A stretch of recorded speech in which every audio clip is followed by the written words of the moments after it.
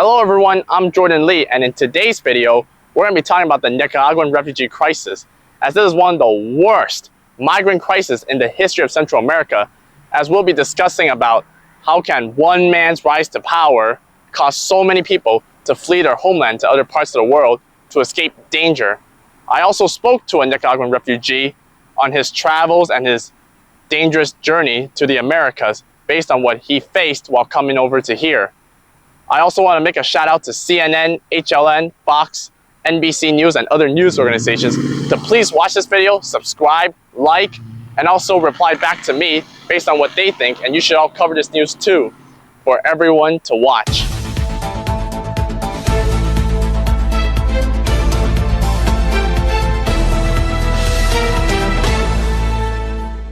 This catastrophe all started in 2007 when Daniel Ortega, the president, regained power after 17 years from being deposed in the general election of 1990. Since then, Ortega began to transform the government into authoritarianism by overthrowing the government with the help of his Sandinista party. There, they eliminated presidential term limits and abolished free speech from the press. His wife, Rosario Murillo, was also inserted as vice president under his rule. Having had enough about all this change, the citizens took to the streets and protested by trying to oust their tenacious leader, which in turn was met with counter demonstrators of the government who were also killed during their fight for change. The final straw came in the 2021 elections, where Ortega proceeded to incriminate those who ran against him to succeed him in office. Many of his opponents have called the election rigged in favor of him to continue as president.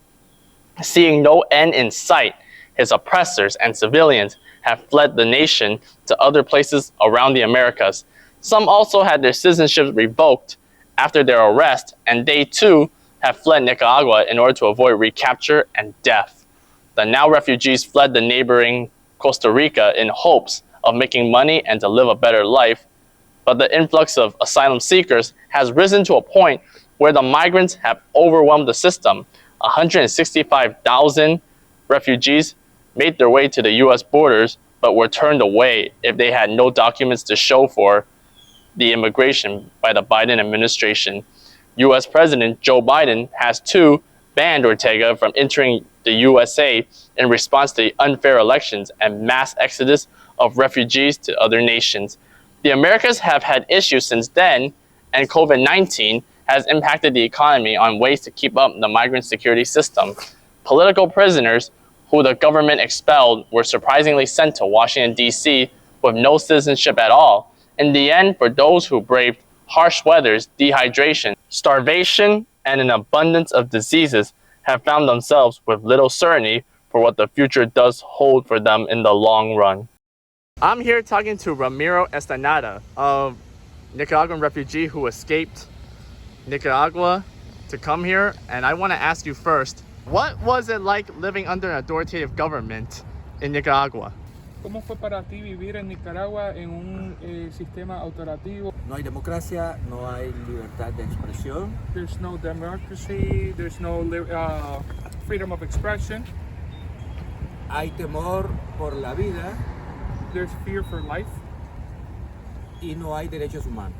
And there's no human rights. All right, that's sad. Why was it easy for Daniel Ortega to overthrow the government? ¿Por qué fue tan fácil que Daniel Ortega, creo que es, tomar el gobierno? Porque Daniel Ortega tiene armas en el poder y es el dueño de todo lo ¿cómo se dice? ¿De toda la área? No. Él es el dueño He's de the todos owner. los poderes del Estado. He's the owner of all the powers of the state and a lot of the weapons that's in the country.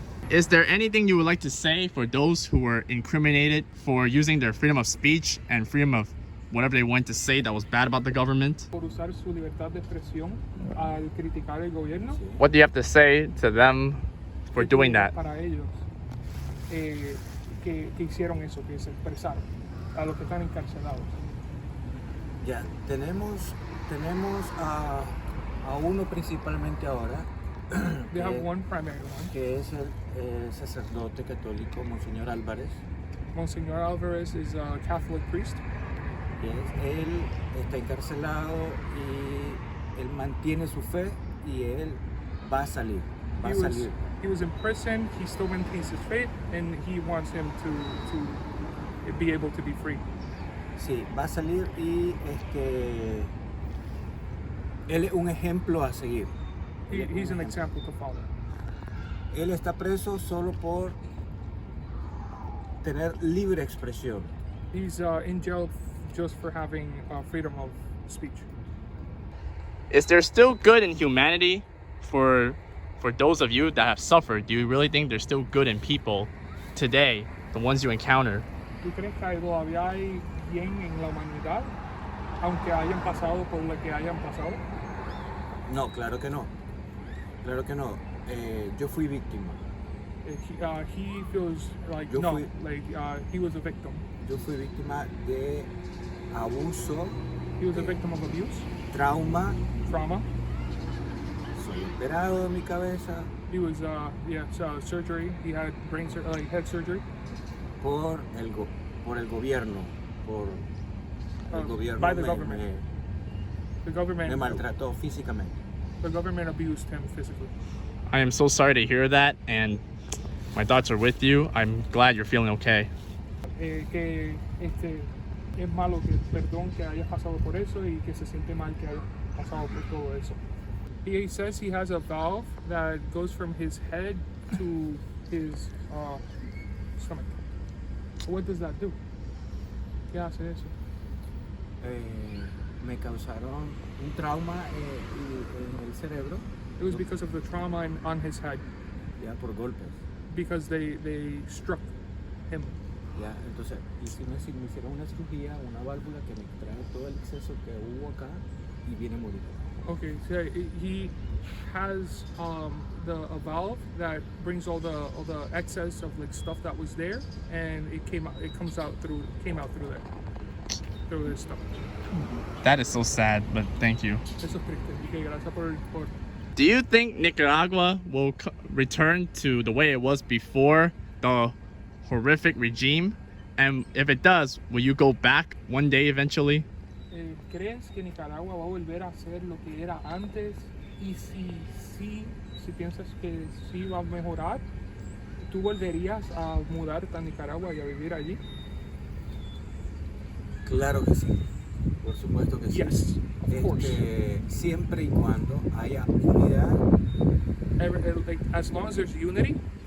Unidad y tenemos que luchar para que haya una democracia. They have to fight so that there is a democracy in Nicaragua. Well, thank you guys for your time, and thank you for translating. Thank you for telling me everything about this. I appreciate it a lot. For the citizens that have chose to flee their homeland to other parts of the world, they have been credited as both brave, resilient, stubborn, and headstrong, and will stop at nothing to flee for safety and security.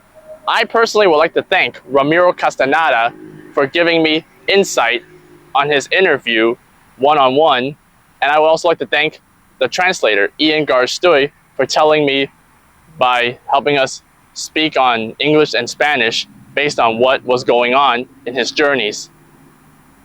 I also would like to wish Ramiro a speedy recovery based on the injuries he's faced while coming here, and my thoughts are with him at all times. This is Jordan Lee saying thank you for watching this video, and I hope to see you on our next adventures.